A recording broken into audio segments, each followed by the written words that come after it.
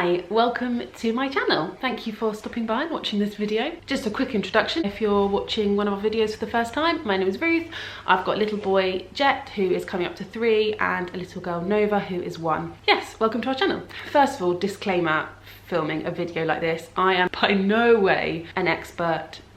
By no means do I know what I'm doing at all with parenting. I feel like every day I wake up just ready to kind of guess my way through the day and try and raise a relatively well-rounded, kind human. That's my main goal.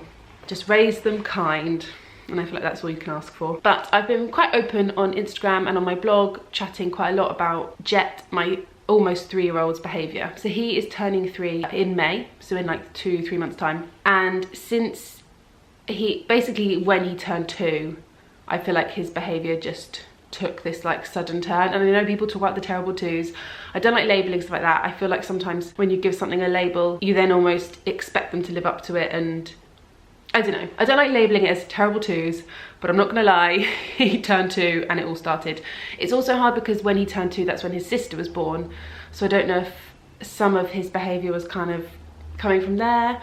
I don't know. Anyway, I feel like I had this really sweet, lovely, very gentle child, and then 2 hit and I feel like he just went a little bit crazy. So we mainly really struggled with a lot of hitting and pushing and just very physical issues.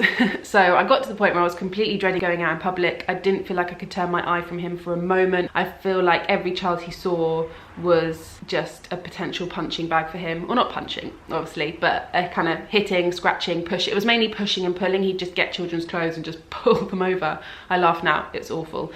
So in the park, just innocent little children just walking past, like they wouldn't even have a kind of tussle between them. He'd just go up, pull them and move on with his life. It was really stressful. So I got to the point where I was just completely dreading going out, and I felt really judged. I felt like people were watching me.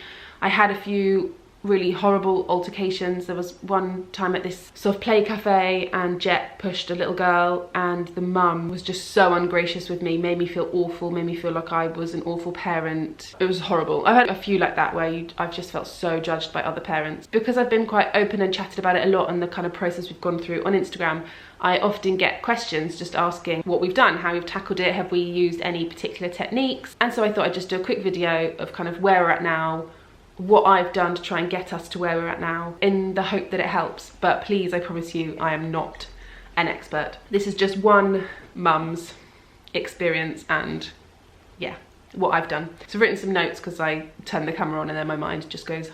So first of all, I'd say just prepare to repeat yourself, not just every day, but every half an hour, every 10 minutes, every 5 minutes, every minute. This was some advice I got from a friend. She was saying a child's mental ability, their kind of psychological state, they just forget information straight away. And obviously for us, we find that really infuriating, that if you say to someone, don't touch the plug socket, you think, great, I've now told them not to touch the plug socket. That child, a minute later, they've thought about something else, they get distracted and they see the plug socket again and they want to go and touch it again. And they are not disobeying you in that moment, they are just having a new thought again to touch the plug socket again. So I had some really good advice from a friend that was just to, when you're repeating yourself, for your own sanity as well, say it like it's the first time. So rather than saying, don't touch the plug socket, don't touch the plug socket, don't touch the plug socket, just each time say, we don't touch the plug socket, no thank you, no touching the plug socket, in this happy, controlled manner every time, even though inside you're like, how thick are you? Just don't touch the bloody plug socket. But just keeping that kind of happier tone can kind of trick yourself as well into the feeling like you're not stressed out, and just giving them the benefit of the doubt that they are 2 years old. Obviously everything I'm saying is kind of from Jet's age, so like from when he was 2 till 3, that kind of age. So obviously if they're 6, 7, 8, 9, I've got no idea. But for 2 to 3, just repeating yourself and not getting frustrated that you're repeating yourself, because that is just normal. So in terms of that for Jet, it was with the hitting and pushing. So if I talk you through a specific altercation, so he'd go up to a child and push them and they'd fall over and cry. So what I'd do is go straight over, first of all check the other child was okay. And I often found I would say sorry myself. I'd say, I'm so sorry. And I'd say, we don't push our friends, do we? It's not kind to push our friend, to Jet, but also kind of to the child. So we need to say sorry to our friend because that wasn't a kind thing to do. So then he'd say sorry, and then I'd say, Jet, do you remember that sorry means that you're not going to do that again? And then I would say about what can we do with our friends? We don't push our friends, but we can high five our friends, we can wave at our friends, we can play with our friends, but we don't push our friends. We are always gentle, we always use our gentle hands with our friends, and repeat this kind of little monologue until I was blue in the face. But every time, and I'm talking, this is like 5, 10, 15 times a day, depending on how out in public we were on that day, I would repeat that same little thing, getting him to apologise, explaining that it wasn't kind, and explaining what some kind things are to do with his friends, all in this calm manner. This is all this is all kind of supposedly, this is what I tried to do. Sometimes I did not do very well, but this was always my aim of how to approach the situation. I found it really important for me to stay calm. I read an amazing quote somewhere, and I was trying to find it earlier and I can't find it, and so I'm going to completely ruin it. The quote basically said something along the lines of, a child's mind is so hectic, don't go down to their chaos, bring them up to your calm. And I really liked that, because I found when Jet was being quite aggy and hitting me and pushing and running away and just being really aggressive, I found I'd get really like kind of tight and aggressive back and kind of pull him back and be like, no Jay, don't do that. And actually just remembering to take a breath and remember, I'm the adult. I'm 29, he's 2. I can take a breath and I can be calm and I can kind of bring him up to my calm. And I found that really helped. As well, just for me as well, it's kind of tricking yourself into thinking you're in a good mood even though you're in a foul mood. So every time he was pushing a child, rather than kind of snatching him away and saying, no, we don't do that, and being a bit embarrassed and just wanting to kind of leave the cafe, it's just being calm and bringing him up to my calm, and yeah, using a kind of happy, polite tone. Because as well, I found sometimes the irony is I'd say, we must be kind to our friends, but then I'm not talking in a very kind way, and you can kind of imagine how it would send quite a mixed message to him. Next up, talking about being in public, don't be embarrassed in public. If anyone judges you, that is a complete reflection of them and not of you. You are doing everything you can. Your child's behaviour is not because of you. Jet went through this horrible stage and I just thought, oh my gosh, he's feeding off my energy. Maybe I'm just really aggressive and unkind, and maybe I'm too snappy with him, and maybe I'm too physical. Not that I ever am physical with him, but you know, you completely think you've doubted yourself. I think because I spent 2 years of him being so lovely, and I thought, oh my gosh, it's because I'm so lovely, and he's just getting everything from me, and I'm just such a gentle parent that he's such a gentle child, and we're just this like perfect little relationship. So then when it then goes wrong, you think, well, that's also because of me. Basically what I've learned is none of it's because of you. Obviously some of it, and consistency will help them ride through the different stages, but a really good stage or a really bad stage aren't necessarily purely because of you. They're to do with their development. So when out in public, don't be embarrassed. If you feel like other parents are watching you, just ignore them. You're gonna be gone, like, you know, later on and back home, and you're not going to see those people again. And also to remember that you're probably putting words in their mouths. There's probably parents watching you thinking, oh man, I feel for her. Like, I was going through that this morning, 6 months ago, a year ago. I know how she feels, but then sometimes people don't know whether to step in. I know sometimes I now always try and make sure I at least smile at a mum. If a mum's got a toddler that's having a tantrum, I try and at least always just make eye contact and smile to the mum, just so she, I don't know, just knows that there's some warmth left in the world. And I feel like when you smile, often someone smiles back and then you kind of instantly see them relax a bit. There'll probably be people watching you that are just feeling for you and are not judging you at all. And then the people that are judging you are often cocky parents of a 1-year-old who don't know what's coming and think they've got it sussed, and actually they just haven't hit the harder stages yet. Or it's parents that, I don't know, but if they're judging you, it's a reflection on them. I found I was wanting the situation to just end as quickly as possible, so I'd kind of grab Jet away and try and give him a snack and try and keep him quiet, or when he used to have his dummy, like give him his dummy, and I just was so panicked and wanting the situation to just end as quickly as possible. Whereas at home I was able to use different disciplines and sit him in his time out, have some quiet time, or you know, really tell him off and really explain what he's done wrong. And so I found it really important, mainly for him but as well as for me, for the continuity, to just discipline him exactly out in public how I would at home, and not let the fact I'm out in public affect me. So another one is just knowing that it won't last forever. Jet is so different now. He's obviously still a 3-year-old boy, or almost 3. He's still very physical. His best friends are other boys because they get each other, and I think they can wrestle and be quite rough with each other and not feel like one's bullying the other. Whereas I feel like with a lot of Jet's girlfriends, they jar a lot more because they do just relate to each other on a different level, and so often they feel like Jet's being really violent, whereas another boy doesn't seem to notice, which is weird because when I had children I didn't want gender to affect the way I treated them too much with their toys and everything, but I'm definitely noticing some things in boys and girls that do just seem to be kind of like innately there, and the physical side I feel like is definitely one of them. Obviously not everyone follows that rule, but it does seem quite a general rule. Just knowing that it won't last forever, and he would never just kind of go up to someone now and just push them for no reason. He still gets in little fights with people and will snatch a toy off them, but again, he is 3. But yeah, he's completely changed, and I don't feel like I did anything different. I just kept being consistent in the things that I was doing, and he's kind of just ridden out the wave. And that wave can be long. Like, this wave was basically almost a year long, and so there were definitely moments where I just thought, this is my child now. I just have an aggressive child. That's just the child I've got. It's hard not to get really down about it and think you've completely failed them.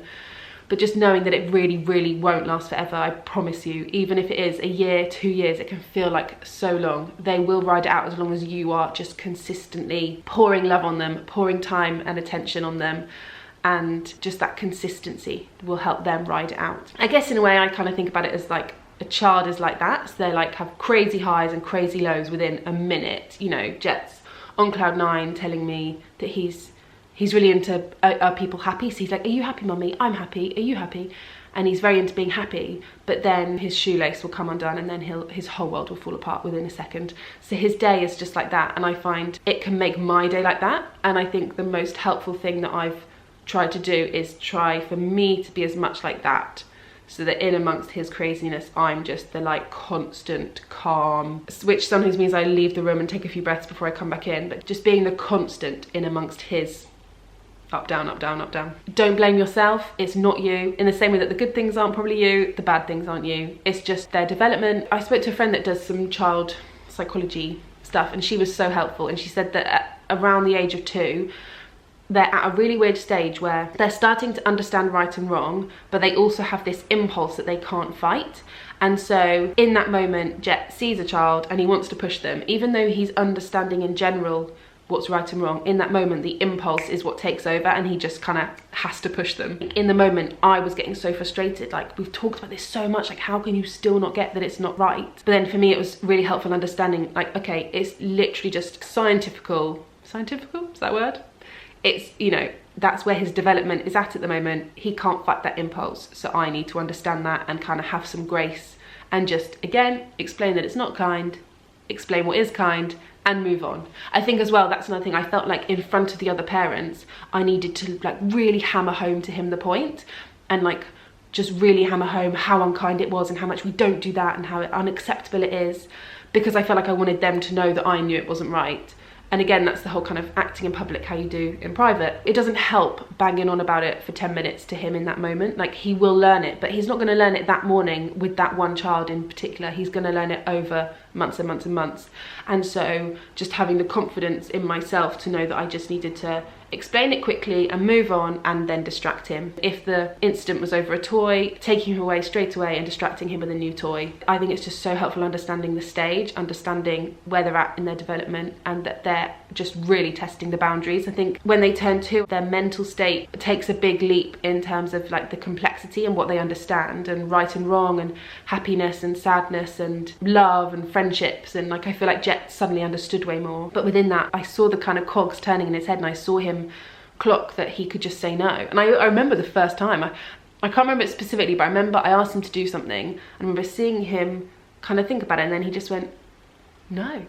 And you saw that he just clocked that he didn't actually have to say yes to everything I did, and it just kind of twigged in him. And so then obviously, if I flew off the handle and was like, you don't say no, he'll just think, wow, that's a big response when I say no, so let's try and say no again and see if I get that response from my mum again.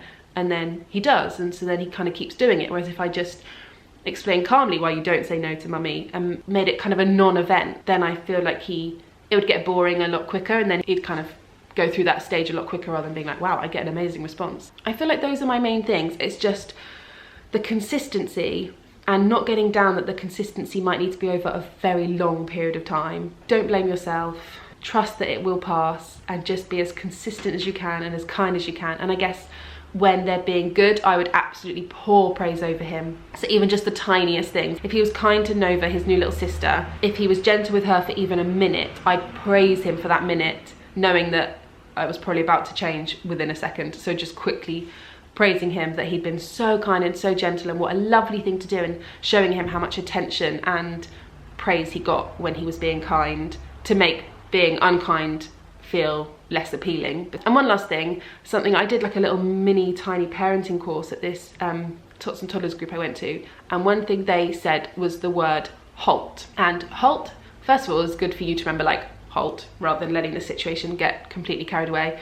And then HALT stands for hungry, anxious, lonely, tired. And basically a child at the age of 2 doesn't act out for no reason. And so it's just going through that list and thinking, right, are they hungry? Do they literally just need a snack? I've totally noticed Jet about an hour and a half after breakfast, which is often as I'm trying to get out the door, often starts getting really over emotional. And I found just to have a banana on hand gets us out the door a lot easier.